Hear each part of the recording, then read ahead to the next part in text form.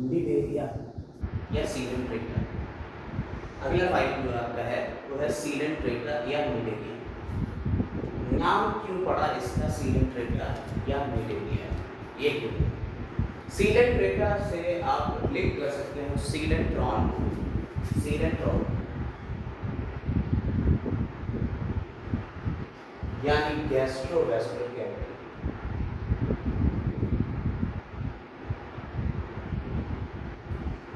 Hydra देखा है आपने? हाइड्रा देखा है? अगर डायग्राम तो देखे ही होगा, कुछ नहीं तो डायग्राम तो देखे ही होगा हाइड्रा का।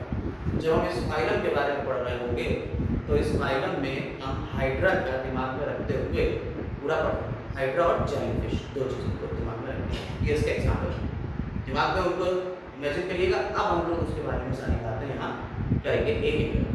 ठीक, निडेरिया, इसे हम निडेरिया के नाम से भी जानते हैं। निडेरिया, निडेरिया ये ग्रीक वर्ड है निड, उस यानी नेट, जिसका मतलब होता है स्टिंगिंग सेल्स। तो इसमें निडोब्लास्ट सेल्स मिलती हैं जिन्हें हम, जिस वजह से हम इसका नाम क्या रख दिया है, निडेरिया किया है। स्टिंगिंग सेल्स है निडोब्लास्ट या नेमाटोब्लास्ट सेल्स। इसके अंदर एक स्टिंगिंग apparatus होता है नेमाटोसिस्ट। देखिए अक्सर यहीं पे कंफ्यूजन हो जाता है, नेमाटोब्लास्ट और नेमाटोसिस्ट। ये स्टिंगिंग ऑर्गन है और ये स्टिंगिंग सेल्स हैं। ठीक है, ये आपका स्ट्रक्चर देखने को मिलता है इसमें, इसलिए इसका नाम निडेरिया हो गया। ठीक, अब वही चीजें यहाँ पे भी आएंगी। हमने आपको बताया level of organisation, body symmetry और ये सारी चीजें, तो उसके लेवल पे हम इसे यहाँ पे देख लेते हैं कि इसमें क्या क्या चीजें मिलती हैं। अगर हम सबसे पहली बात करें लेवल ऑफ बॉडी ऑर्गेनाइजेशन, अच्छा उससे पहले अगर बात करी जाए इसके हैबिट्स, हैबिटाट, तो ये कहाँ मिलेगा, ये कहाँ देखने को मिलता है? ये पानी में मिलता है, एक्वाटिक। ठीक है, और पानी भी दो तरीके के हैं, फ्रेश वाटर और मरीन, यानी समुद्री जल है और जो तुम्हारा जमीन के ऊपर फ्रेश वाटर। अब ये कहाँ कहाँ मिलेंगे? मोस्टली मरीन होते हैं।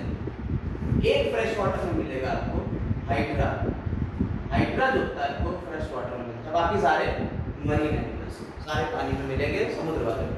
लेकिन हाइड्रा वैसे कहाँ मिलेंगे आपको? फ्रेश वाटर में मिलेंगे। दूसरी बात कर ली जाए तो अगर हम इसकी बात करें लेवल ऑफ बॉडी ऑर्गेनाइजेशन, तो ऐसा tissue level of body organisation, tissue level of body organisation. क्लियर हुआ? तो यार tissue level of body organisation. तीसरा, तीसरा अगर बात करी जाए जर्म लेयर,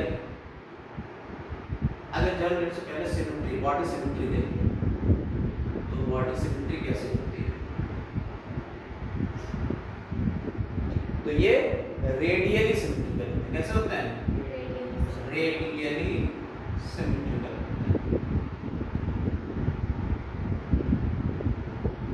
रेडियली सिमेट्रिकल का मतलब क्या होगा? जितनी बार किसी प्लेन में काटोगे तो ये इक्वल हाफ में कट जाएंगे, आधे आधे, हर बार बराबर पार्ट्स में कट जाएंगे, इसलिए कैसे हो गए? Radially symmetrical. अच्छा, अब जर्म लेयर की बात कर लो, कितनी जर्म लेयर्स होती हैं? तो सिर्फ दो जर्म लेयर होती है। तो ये कैसे हो गए? डिप्लोब्लास्ट, यानी इनमें एम्ब्रियो में इसकी सिर्फ दो जर्म लेयर मिलेंगी, यानी कि एक्टोडर्म और एंडोडर्म, इसलिए कैसे हो गए? डिप्लोब्लास्ट। ठीक है, बाहर की तरफ एक्टोडर्म मिल गई और अंदर की तरफ गैस्ट्रोडर्म। याद रखिएगा, अगर एक आप हाइड्रा का डायग्राम है तो हाइड्रा पतला सा है, इस तरीके से स्ट्रक्चर है, और इसमें क्या होता है हाइड्रा में, यहाँ पे टेंटेकल्स मिलते हैं, इसके माउथ पे क्या मिलते हैं? टेंटेकल्स मिलते हैं। ये कुछ इस तरीके से होता है, ये इसका माउथ हो गया और यहाँ से ये इसके टेंटेकल्स इसको कवर करेंगे। ठीक है, और यहाँ से पूरी अंदर कैविटी है। तो बाहर की तरफ आपकी एक्टोडर्म होगी, बाहर की तरफ जो लेयर होगी उसे कहते हैं हमने एक्टोडर्म, और जो अंदर वाली लेयर हो गई इसे क्या कहते हैं हमने? गैस्ट्रोडर्म। क्यों कहा गैस्ट्रोडर्म? समझिए, ये पूरी एक अंदर कैविटी बन गई। इस कैविटी को क्या कहते हैं? गैस्ट्रोवेस्कुलर कैविटी कहते हैं। गैस्ट्रोवेस्कुलर कैविटी, ठीक है। गैस्ट्रोवेस्कुलर कैविटी हो गई, ये आपका माउथ हो गया, और माउथ को कवर करने पर टेंटिकल्स हो गए। अंदर गैस्ट्रोवेस्कुलर कैविटी है, तो ये वाली जो डर होगी इसलिए इसका नाम क्या रख दिया? गैस्ट्रो डर। समझ में आई बात है? वैसे ये डिप्लोप्लास्टिक हो गया, ठीक। और क्या बातें होती है इसमें? डिप्लोप्लास्टिक हो गया, बॉडी सिमेट्री हो गई, tissue level of body organisation हो गया, हैबिटेट हो गया। अब यहाँ पे दो बॉडी फॉर्म्स बनती है। यहाँ पॉलीमॉर्फिज्म, फिनोमेना पॉलीमॉर्फिज्म। पॉलीमॉर्फिज्म मतलब मेनी फॉर्म्स, ढेर सारी फॉर्म्स मिलेंगी। फॉर्म मतलब रूप, ढेर सारे रूप देखने को मिलेंगे। यहाँ पे एक एग्जांपल जो आपका दिया है एनसीईआरटी में, ओबेरिया का। और उन्होंने बताया ओबेरिया में दो फॉर्म्स होते हैं, हालांकि मिलती तीन है, लेकिन इन्होंने दो फॉर्म बताएंगे, पॉलिप और मेड्यूसा। पॉलिप एंड मेड्यूसा, ये दो फॉर्म्स उसमें देखने को मिलती है। अब ये पॉलिप और मेड्यूसा फॉर्म्स हैं क्या? जरा समझिए इसको, देखिए बहुत ही ध्यान से देखिएगा। दो फॉर्म्स हैं पॉलिप और मेड्यूसा, और बहुत ही सिंपल है ये दो फॉर्म्स। देखिए पॉलिप फॉर्म से होती है वो कुछ इस तरीके से होती है कि ये पिलर लाइक हो गई, सीधी सीधी, ठीक है। ये इसके यहाँ पे टेंटिकल्स हो गए, और ये इसका माउथ हो गया, और ये देखिए पिलर, जैसे हाइड्रा पॉलिप फॉर्म, CN1 हो गया। ये सब आपके क्या होगा? Polyp form. और अगर हाँ सिलेंड्रिकल कह सकते हैं, पॉलिप फॉर्म कैसे होगी? सिलेंड्रिकल होगी, ठीक। और अब बात आती है अम्ब्रेला शेप फॉर्म की। आपने जेलीफिश देखी, जेलीफिश को देखा होगा, ये इस तरीके से पानी में ऐसे ऐसे चल रही है। तो ये जेलीफिश का यहाँ माउथ हो गया, और यहाँ पे उसके टेंटिकल्स वगैरह हो गए, कुछ इस तरीके की फॉर्म बन रही है, अम्ब्रेला शेप में।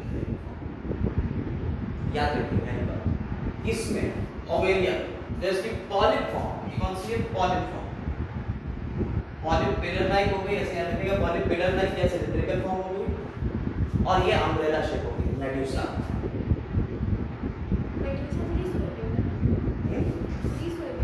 हाँ फ्री स्विमिंग है मेड्यूसा बिल्कुल, और ये अटैच रहेगा कहीं भी। अगर हम बात करें मेड्यूसा, तो मेड्यूसा में यहाँ रिप्रोडक्टिव स्ट्रक्चर्स मिलते हैं, और इससे गैमीट्स बनेंगे, और उन गैमीट्स के फर्टिलाइजेशन के बाद जो स्ट्रक्चर बनेगा वो कौन सा हो जाएगा? Polyp structure. यानी मेड्यूसा ने सेक्सुअल रिप्रोडक्शन करा, क्या करा? सेक्सुअल रिप्रोडक्शन करा, और किसको बना दिया? पॉलिप को बना दिया। और ऐसे ही पॉलिप जो होता है इसमें से बर्ड्स वगैरह निकलेंगी, तो एसेक्सुअल रिप्रोडक्शन होगा इसका, और क्या बना दिया? मेड्यूसा। यानी polyp forms medusa by asexual reproduction, and medusa form polyp by sexual reproduction. ये अल्टरनेटली ऐसे ही चलता रहेगा। किसमें चल रहा है? ये ओवेरिया में चल रहा है, ओवेरिया में चल रहा है ये काम, ये ऐसे। तो लगातार अल्टरनेटली एक से दूसरा, दूसरे से पहला, पहले से दूसरा, दूसरे से पहला, कैसे? Through asexual and sexual reproduction alternately चल रहा है। This is called alternation of generation. इसे क्या कहते हैं? Alternation of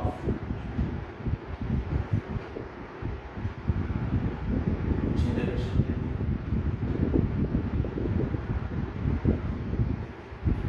alternation of generation को कंफ्यूज मत होइएगा प्लांट से। प्लांट में अल्टरनेशन ऑफ जनरेशन को कहते हैं गैमेटोफाइट, उसके बाद स्पोरोफाइट। गैमेटोफाइट फिर स्पोरोफाइट। हायर प्लांट्स में ये देखने को काफी मिलता है कि गैमेटोफाइट स्टेज आती है, यानी कि ये हैप्लॉइड स्टेज, उसके बाद स्पोरोफाइट स्टेज आती है, और फिर से डिप्लॉइड स्टेज के बाद फिर हैप्लॉइड स्टेज आती है। गैमेटोफाइट तो haploid, diploid, haploid, diploid alternately आती रहती है, उसे कहते हैं alternation of generation in plants. लेकिन एनिमल्स में यहाँ ओवेरिया में दिया हुआ, तो कंफ्यूजन में मत पड़िएगा। इस ऑल्टरनेशन ऑफ जनरेशन का दूसरा नाम क्या है? मेटाजेनेसिस।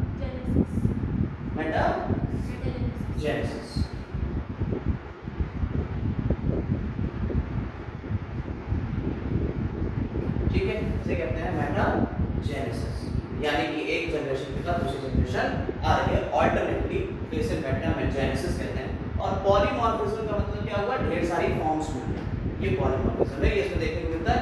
हाइड्रेक्टीनिया एक और भी स्ट्रक्चर होता है, हाइड्रेक्टीनिया एक इसका एग्जांपल है, उसमें और ढेर सारे होते हैं, जैसे वो गैस्ट्रोजोइड्स, गोनोजोइड्स, ऐसे बहुत सारे टेक्टाइलोजोइड्स, बहुत सारे जूओइड्स होते हैं। ठीक है, उनकी बात नहीं कर रहे हैं यहाँ पे हम, लेकिन फिलहाल में आप ये समझिए कि ओवेरिया में ये देखो एनसीईआरटी का पॉइंट्स हैं और यहीं से क्वेश्चन बनते हैं, इसलिए ये पॉइंट याद रख लीजिएगा। ठीक है, चलिए अब इसके आगे की बात करते हैं कि इसकी लेयर्स वगैरह क्या होती हैं और एक नेमेटोसिस्ट का स्ट्रक्चर कैसा होता है, उन सब के बारे में बात करेंगे।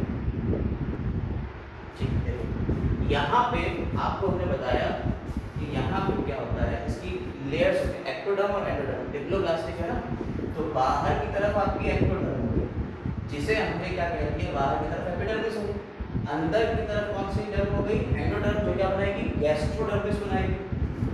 जो गैस्ट्रोडर्मिस है वो हमने यहाँ पे लिखी कि उसमें कौन कौन सी सेल्स होती है, और जो एपिडर्मिस है उसमें यहाँ पे लिखी हमने कौन कौन से सेल्स होती है। बीच में गैप भी कर दिया। बीच में एक और लेयर होती है जो non cellular jelly like substance वाला होता है, जिसे हम क्या कहते हैं? मीसोग्लिया।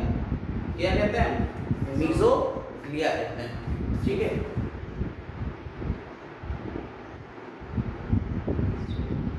ठीक, ये भी है इसमें। तो आपका बीच वाली लेयर हो गई मीसोग्लिया की, बाहर होगी एपिडर्मिस, अंदर की तरफ गैस्ट्रोडर्मिस होगी। क्लियर? तो देखिए गैस्ट्रोडर्मिस में कौन कौन से सेल्स आती है, पहले अंदर वाली बात करेंगे, और यहीं से आपको कुछ 2-3 पॉइंट क्लियर करेंगे हम। देखिएगा, अगर इस वाली लेयर की बात करी जाए तो इसमें क्या क्या चीजें भरी होती हैं और इस वाली लेयर में क्या क्या चीजें भरी होती हैं। अंदर वाली है तो गैस्ट्रोडर्मिस, ये हम पहले इसके बारे में पढ़ेंगे। न्यूट्रिटिव मस्कुलर सेल्स या डाइजेस्टिव सेल्स, जो कुछ भी खाना इसके अंदर आया है, भाई हमने आपको बताया कि ये इसका माउथ है, और ये जो इसका माउथ है तो खाना यहीं से अंदर आएगा, और जैसे कि ये तुम्हारा इस तरीके का सिलेंड्रिकल बॉडी, ये इसका माउथ, तो खाना अंदर आ गया यहाँ से माउथ से। जब खाना अंदर आया तो जो गैस्ट्रोडर्मिस सेल्स हैं इनके अंदर होती है ग्लैंड सेल्स। ये क्या सेक्रेट करेंगे? एंजाइम्स। क्या सेक्रेट करती है? एंजाइम्स। और ये एंजाइम्स जो है यहाँ पे उस खाने के ऊपर आएंगे और उसको तोड़ना शुरू करेंगे। ठीक, ये एंजाइम्स खाने को तोड़ देंगे, और तोड़ेंगे तो क्या हुआ? कैसा डाइजेशन हुआ? एक्स्ट्रा सेलुलर डाइजेशन हुआ, लेकिन पूरा नहीं तोड़ेंगे। फिर ये इसे एब्जॉर्ब कर लेगा, एब्जॉर्ब करके अंदर ले जाएगा, फिर सेल्स के अंदर डाइजेशन होगा, यानी कि एक्स्ट्रा सेलुलर डाइजेशन भी है यहाँ और इंट्रा सेलुलर डाइजेशन भी है। डाइजेशन में याद रखिएगा, 2 पॉइंट में यहाँ लिख देते हैं डाइजेशन के लिए, extracellular as well as intracellular digestion. कोई डाइजेस्टिव सिस्टम नहीं है, लेकिन फिर भी यहाँ बाहर भी डाइजेशन हो रहा है और अंदर भी डाइजेशन हो रहा है। हाइड्रा को दिमाग में रखिएगा, हाइड्रा से ही रिलेटेड करके चल रहा है। इसके बाद यहाँ इंटरस्टिशियल सेल्स होती है, कुछ बीच बीच में सेल्स मिलेंगे, नर्व सेल्स होते हैं, न्यूरॉन्स मिलते हैं, nerve cells, neurons primitive type के, यानी शुरुआती न्यूरॉन्स यहाँ मिल रहे हैं। आप देखिए पूरे एनिमल किंगडम में सबसे पहले न्यूरॉन्स कहाँ मिल रहे हैं? सीलियन रेटा। क्लियर? और ये जो न्यूरॉन्स हैं ये कोई ब्रेन का फॉर्मेशन नहीं कर रहे हैं। तो हम यहाँ पे एक पॉइंट कर सकते हैं कि यहाँ पे हेड तो है, हेड लाइक स्ट्रक्चर तो है, लेकिन विदाउट ब्रेन। ये पॉइंट याद रखिएगा, हाइड्रा के लिए पूछा गया है। इसके बाद सेक्रेटरी सेल्स होती है, बहुत सारी सेक्रेटरी सेल्स हैं जो एक्सक्रीटरी सब्सटेंसेस को यहाँ बाहर सेक्रेट कर देंगी या अनडाइजेस्टेड फूड को यहाँ से सेक्रेट कर देंगी, तो सेक्रेटरी सेल्स। ऐसे ही एपिडर्मिस में भी यहाँ सेल्स मिलती है, एपिथेलियो मस्कुलर सेल्स। ये क्या करेंगी? मस्कुलेचर प्रोवाइड करेंगी, एक मसल लाइक स्ट्रक्चर्स प्रोवाइड करेंगी। मसल नहीं होगी लेकिन एपिथेलियो मस्कुलर सेल्स होंगी। इसके अलावा यहाँ मिलती है नीडोब्लास्ट सेल्स। स्टिंगिंग सेल्स, याद रखिएगा एपिडर्मिस मिलती है।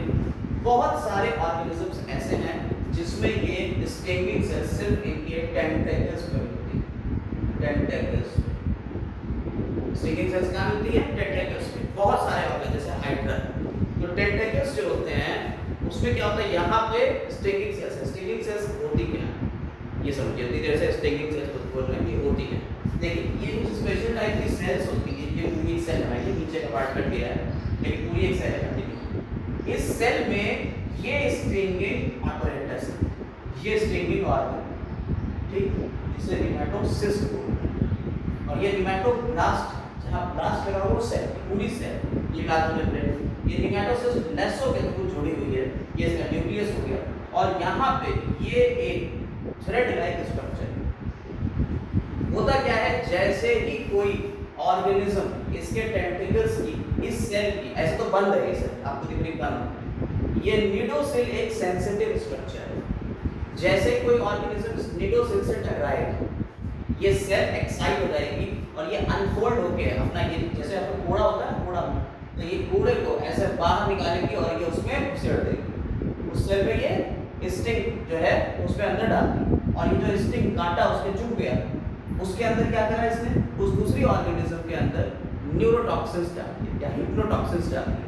ये जो हिप्नोटॉक्सिन्स है क्या करेंगे, उसको ब्रेन को डैमेज कर देंगे, नर्वस सिस्टम को डैमेज कर देंगे, और वो धीरे धीरे धीरे धीरे इसके अंदर फंस जाएगा और ये मर जाएगा इसी, और अंदर आ गया खाना। अब इसके ऊपर डाइजेशन शुरू होगा, समझ रहे? तो इनका काम क्या होता है, बेसिकली ये प्रोटेक्शन के लिए होता है और न्यूट्रिशन के लिए। इनका काम क्या है, प्रोटेक्शन के लिए, ठीक है, डिफेंस और ऑफेंस के लिए, साथ ही साथ न्यूट्रिशन, ठीक, कोई दिक्कत? तो न्यूट्रिशन प्रोवाइड करेंगे और डिफेंस प्रोवाइड करेंगे। और यहीं से एक पॉइंट हम उठा लेते हैं, यहीं से एक पॉइंट उठा लेते हैं। आपने सी एनिमल का नाम सुना, सी एनिमल किसी का ही एग्जाम्पल, सी एनिमल। सी एनिमल जो होता है वो क्रेब के साथ में एक सिम्बायोसिस रिलेशन शो करता है। सी एनिमल जो है वो इसी का एग्जाम्पल कुछ इस तरीके से होता है, इसके ऊपर ये टेंटिकल्स हैं, पूरे टेंटिकल्स हैं, और ये पूरा ऐसे, और ये जमीन में चिपका हुआ बैठा रहता है, ठीक है, ये इसके टेंटिकल्स हो।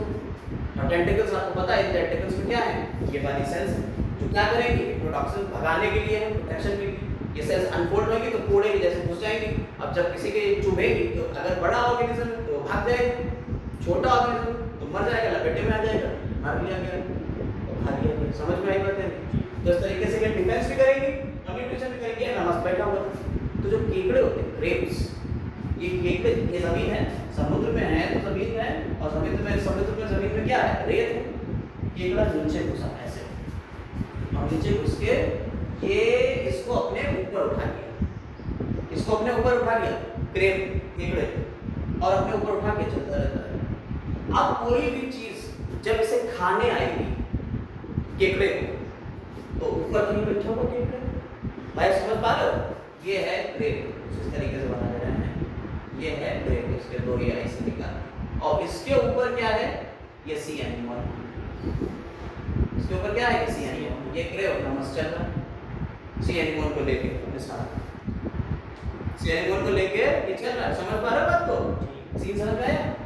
तो जब कोई चीज केकड़े को खाने आएगी तो ऊपर सी एनिमल होगा, तो सी एनिमल पे जैसे ही टकराएगी, इसके अंदर ये वाली सेल्स है, ये क्या करेगी, उसके चुभा देगी सेल्स, और जब ये चुभाएगी तो या तो वो भाग जाएगी या वो मर जाएगी। इस तरह से सी एनिमल से क्रेब प्रोटेक्टेड रहा, और सी एनिमल आगे जा रहा है। सी एनिमल वैसे तो यहाँ चिपका हुआ था, अब क्रेब की वजह से ये आगे भी जा रहा है, तो उसे खाना भी खूब मिल रहा है, आगे जाएगा तो खाना भी उसे खूब मिलेगा। नहीं समझे? दोनों को फायदा हो गया, क्रेब्स जो थे वो बच गए और सी एनिमल को न्यूट्रिशन मिल गया, दोनों को फायदा हो गया। इस तरीके की सिम्बायोसिस कहलाते हैं, इस तरीके की रिएक्शन क्या कहलाता है, सिम्बायोसिस, ठीक, सिम्बायोसिस। सहजीविता, साथ साथ जीवन भी यापन कर रहा है और चल रही है। लेकिन एनसीईआरटी से एमेंसिलिज्म में रखता है, कॉमेंसिलिज्म। कॉमेंसिलिज्म में क्या होता है कि एक को फायदा है, एक को ना फायदा ना नुकसान। तो इसको फायदा हो गया कॉमन से रिलेशन, याद रखिएगा।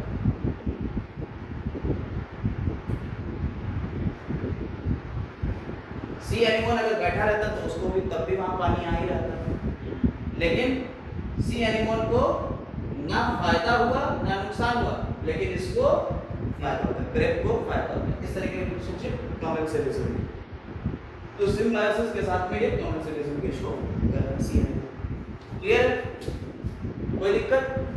एक और इसमें आता है, एक और एग्जांपल। दूसरा एग्जांपल क्या है? क्लाउन फिश का। दूसरा एग्जांपल क्या है बेटा? यहाँ पे क्लाउन फिश, एक फिश होती है जिसे कहते हैं क्लाउन फिश।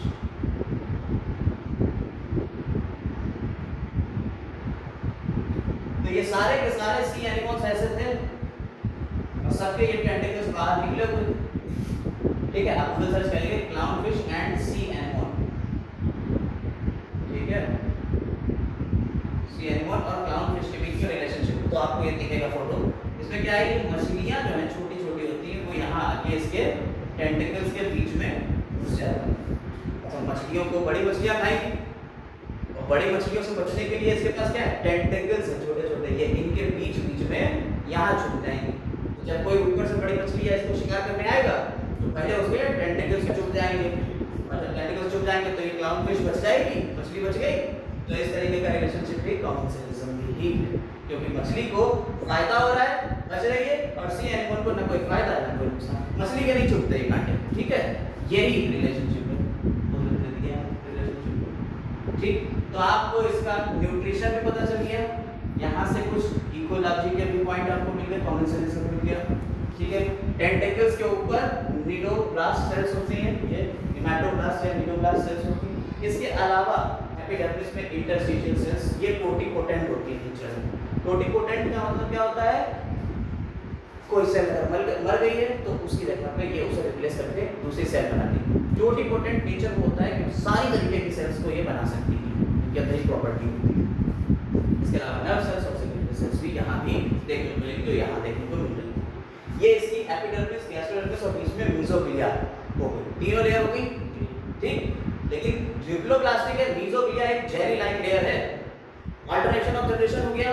ठीक, अब इसमें एक पॉइंट और आता है, अल्टरनेशन ऑफ जनरेशन के बाद एक पॉइंट और आता है। पॉइंट समझते रहिएगा, लिखते रहिएगा, सारी बातें आपको समझाते चल रहे हैं साथ ही साथ। ठीक, अब जरा समझिए, यहाँ कुछ ऐसे पॉलिप्स होते हैं, पॉलिप्स। देखिए, इसका क्लासिफिकेशन भी इसी बेसिस पे किया गया, इसको क्लासिफाई भी इसी बेसिस पे किया गया कि किसमें पॉलिप मिलेंगे और किसमें मेडुसा मिलेंगे। जिसमें पॉलिप डोमिनेट करता है उसे एक क्लास में रख दिया, जिसमें मेडुसा डोमिनेट कर रहा है उसे दूसरे क्लास में रख दिया, जिसमें पॉलिप और मेडुसा दोनों मिल रहा है उसे तीसरे क्लास में रख दिया। तो तीन फॉर्म में इसे तीन पार्ट में डिवाइड किया है, क्लासिफाई किया है। अब क्लासिफिकेशन लिख देंगे, लेकिन पहले से समझिए। पॉलिप्स कुछ ऐसे पॉलिप्स हैं, सम पॉलिप्स, जो क्या कर रहे हैं, जो सिक्रीट कर रहे हैं कैल्शियम कार्बोनेट।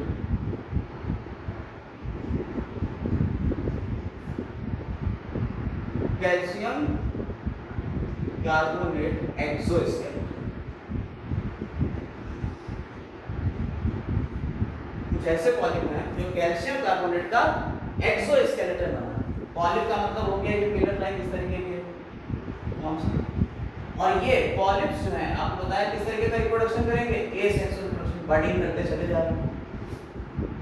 यानी कि यहाँ रिप्रोडक्शन के दो तरीके होते हैं, ए सेक्सुअल और सेक्सुअल, ये भी समझ में आ गया।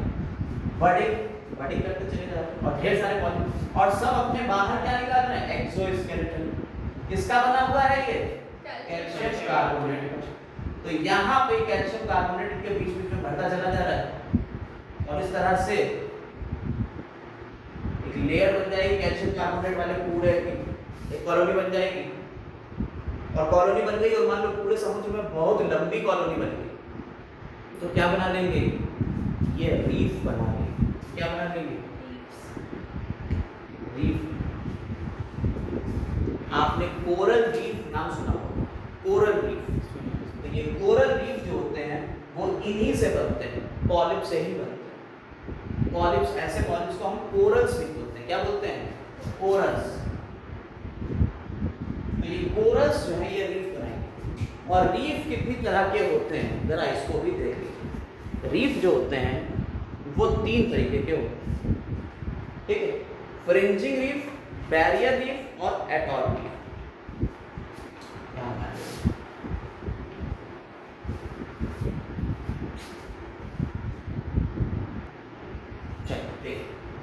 यहाँ पे हमने 3 रीफ बनाए।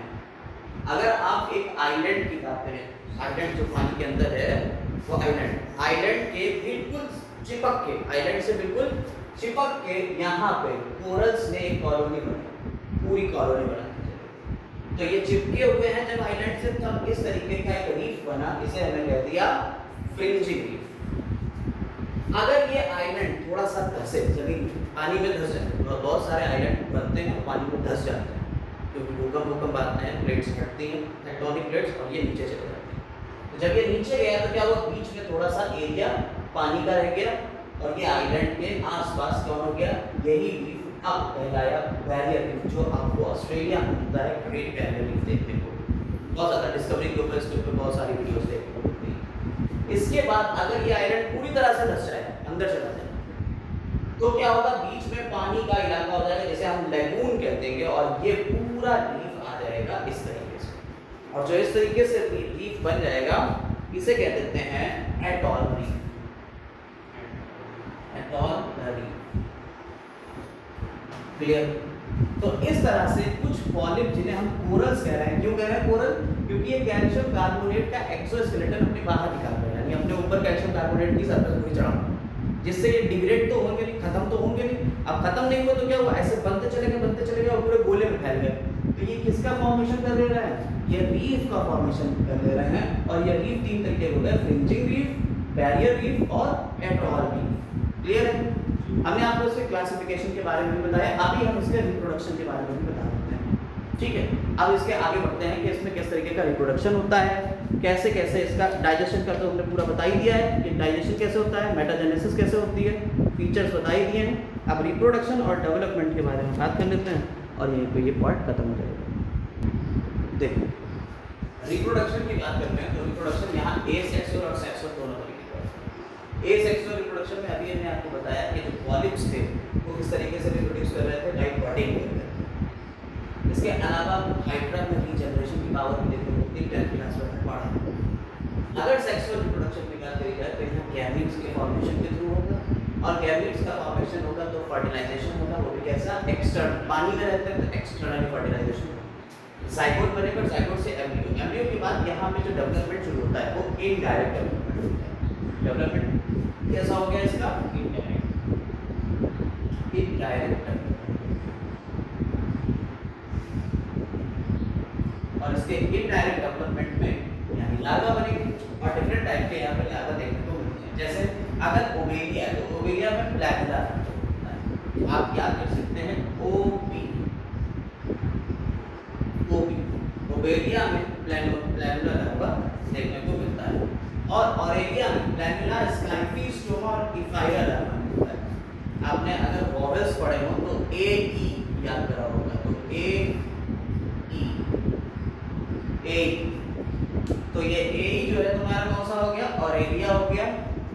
ओपी टंडन एक बुक आती है केमिस्ट्री की, याद रखिएगा केमिस्ट्री की बुक आती है ओपी टंडन, तो ओपी ओवेरिया से प्लैनुला लार्वा हो गया, याद रखिए। ऑरेलिया का मेनली इफाइरा लार्वा पूछा जाता है, कौन सा लार्वा होता है, इफाइरा लार्वा होता है। तो ये याद रखने का तरीका है कौन से लार्वा किसमें होते हैं, ठीक है। चलिए अब याद करते हैं इसके क्लासिफिकेशन को और इसके एग्जांपल्स को, ठीक है। चलिए देखते हैं।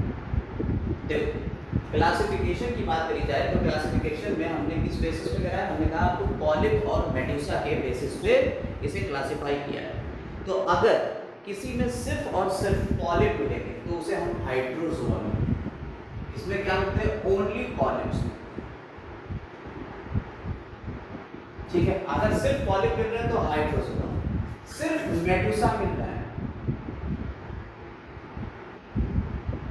तो स्काइफोजोआ, और मेडुसा और पॉलिप दोनों मिल रहे हैं तो एंथोजोआ में रखते हैं, ठीक है। तो 3 पार्ट में 3 क्लास में क्लासिफाई कर दिया, हाइड्रोजोआ, स्काइफोजोआ और एंथोजोआ। अब इसके एग्जांपल्स देख लेते हैं यहाँ पे, क्योंकि एग्जांपल्स बहुत पूछे जाते हैं।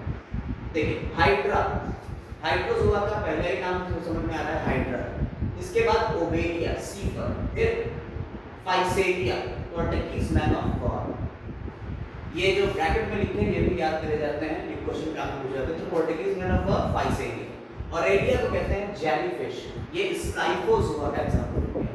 अब आते हैं एंथोजोआ की, ये सारे एग्जांपल एंथोजोआ के हैं, यहाँ पे जितने भी एग्जांपल दिए हुए हैं वो सब एंथोजोआ में आते हैं। जैसे गोरगोनियन, सीक्वेन, एडेम्सियन, सीएलिमोन, कोरेलियन, सीकोरल, पिनेटुला, सीपेन, ट्यूबिपोरा, ऑर्गन पाइपोरल और विएंट्रिका, ब्रेन कोरल। ठीक, ये आपके नाम। अब देखिए इसमें बहुत सारे नाम है, सीपेन हो गया, सीएलिमोन हो गया, सीपेन, सीफेन, सीकोरल और ये सीफर। तो ऐसे आपके सी से करके बहुत सारे नाम हो गए, ये आपको याद करना पड़ेंगे, 2-3 बार रिवाइज करेंगे तब आएगा। ये सीपेन कौन है? गोरगोनिया है। सीएलिमोन कौन है? एडेम्सिया है। सीपेन कौन है? पिनेटुला है। और सीफर कौन है? ओबेलिया। क्लियर है? तो ये आपका क्लासिफिकेशन हो गया और एग्जांपल्स हो गए। इसी के साथ ये फाइलम भी आपका खत्म होता है, सीडेंट ट्रेटर। अब हम लोग नेक्स्ट फाइलम को नेक्स्ट वीडियो में